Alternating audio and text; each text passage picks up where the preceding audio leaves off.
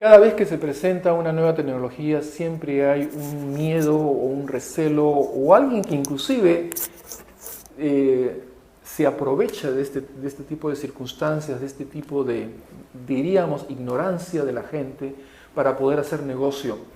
Desde el punto de vista científico, las radiaciones o las ondas que se utilizan para los teléfonos celulares, por ejemplo, que sería el motivo de la pregunta, no son radiaciones ionizantes.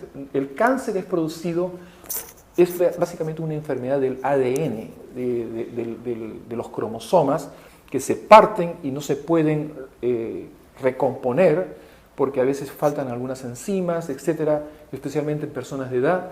Entonces, nuestras células necesitan siempre mantener esa integridad del DNA. Cuando esa integridad se rompe, entonces esas células se enferman y una de las formas, la más tradicional, es que mueran.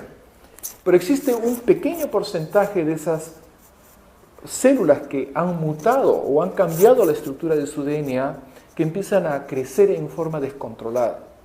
Bien sea porque los genes que han sido alterados son los genes que regulan el crecimiento de estas células. A veces estos genes alterados son los que mantienen la integridad de la célula para que esté una junto a la otra, y cuando pierden esa integridad, entonces esa célula empieza a migrar y puede irse a otros sitios. Entonces, esa es la biología del cáncer, y solamente se puede producir con alteraciones del DNA. Las alteraciones del DNA se producen solamente con sustancias químicas que ingerimos, o por ejemplo el tabaco, el fumar, que estamos metiendo una gran cantidad de sustancias que producen mutaciones del DNA y hacen que esas células que han mutado se reproduzcan. Y por otro lado tenemos las radiaciones ionizantes, como los rayos X, los rayos gamma, las radiaciones atómicas, etcétera, que son tan pequeñas que pueden entrar a través de nuestros tejidos y alterar el DNA de nuestras células. Esas son las radiaciones peligrosas que lamentablemente no estamos inmunes a ellas. Estamos constantemente expuestos a radiaciones ionizantes que vienen del espacio, que vienen del sol.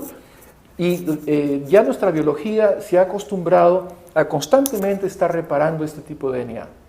En el caso de las radiaciones, de las ondas que nos conectan a través de los teléfonos celulares, no son ionizantes. Yo puedo poner acá una fuente de radiación de microondas que se usan para los teléfonos y no van a llegar a atravesar mi capa de la piel. O sea que si yo pienso que esa radiación me va a dar un tumor dentro de mi organismo o en el cerebro o donde sea, es imposible, porque la naturaleza física de esas radiaciones es que no son penetrantes. Y si no son penetrantes, no van a poder tener ningún efecto en el DNA. O sea que desde el punto de vista científico no existe ningún argumento. Inclusive se han hecho estudios epidemiológicos de zonas donde existen antenas, de donde no existen antenas, y existen más riesgos para tener cáncer por agua contaminada o por estar expuestos a radiaciones ionizantes en sitios donde hay yacimientos de uranio, por ejemplo, o hay ciertos gases que son radiactivos en el subsuelo porque las personas tienen sótanos, etc. Todo eso puede estar relacionado con una mayor incidencia de cáncer.